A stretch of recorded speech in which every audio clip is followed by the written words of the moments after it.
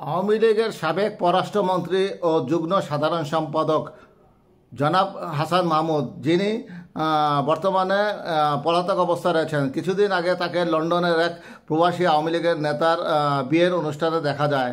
তাকে অত্যন্ত চিন্তিত ও বিমর্ষ মনে হচ্ছিল। অতি বাচাল এবং চাটুকার এই মন্ত্রী সকাল হলেই বিএনপির বিরুদ্ধে বয়ান দিয়ে তার কর্ম দিবস শুরু করত। তার উদ্দেশ্য এবং দিন শয়নে স্বপনে ছিল বিএনপি আর জামাতের বিরুদ্ধে বয়ান সৃষ্টি করে হাসিনার প্রিয় পাত্র হওয়া।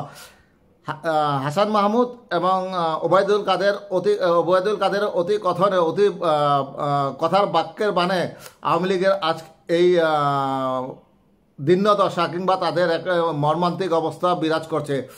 অথচ বাংলাদেশে যেসব আওয়ামী লীগ নেতারা আত্মগোপনে আছে তারা অত্যন্ত করুণ অবস্থায় রয়েছে। তাদের মধ্যে অন্যতম একজন কুমিল্লা মহানগর আওয়ামী লীগের এক নেতা কবির শিকদার। তিনি প্রকাশ্যেই এক তার ভেরিফাইড ফেসবুকে স্ট্যাটাস দিয়েছেন। সেখানে তিনি বলেছেন, আওয়ামী লীগের এই নেতা অর্থাৎ হাসান মাহমুদকে তিনি পেলে জুতা পেটা করবে।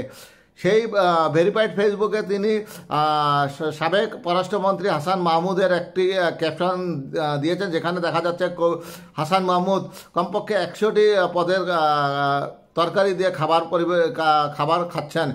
সেখানে তিনি উল্লেখ করেছেন আওয়ামী লীগের এইসব নেতার কারণে আজকে এই আওয়ামী লীগের এই অবস্থা, আওয়ামী লীগের দুর্দশা। অথচ বাংলাদেশের অন্যান্য আওয়ামী লীগের নেতাকর্মীরা আজ করুণ অবস্থায় রয়েছে। যদিও তিনিও খুব একটা দুধে দুয়া তুলসী পাতা না, যে আওয়ামী লীগ নেতা কবির শিকদার এই কথা বলেছেন। তিনিও অত্যন্ত ত্রাসের রাজত্ব কায়েম করেছিল আওয়ামী লীগের আমলে তার এলাকায়। কিন্তু হাসান মাহমুদের বিরুদ্ধে তিনি যে বক্তব্য দিয়েছেন সেটি অত্যন্ত প্রাসঙ্গিক এবং সঠিক।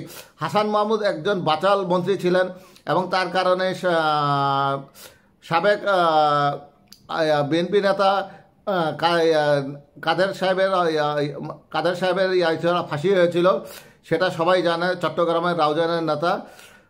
এবং এই নেতাকে গত বৈষম্য বিরোধী ছাত্র আন্দোলনের পরে বাংলাদেশের সেনাবাহিনী আটক করেছিল। কোনো এক অজানা কারণে তাকে বিদেশে যেতে সহায়তা করা হয়। পরবর্তীতে তিনি অনেকদিন চুপচাপ ছিলেন। এই আওয়ামী লীগের নেতার প্রচুর বিদেশে সম্পদ রয়েছে। তিনি দুবাইতে ইনভেস্টমেন্ট করেছেন, বেলজিয়ামে তার 2-3টি বিলাসবহুল ফ্ল্যাট রয়েছে, সেখানেও তিনি ইনভেস্টমেন্ট করেছেন ব্যবসায়িক। লন্ডনে তার কয়েকটি ফ্ল্যাট রয়েছে বলে শোনা যায়।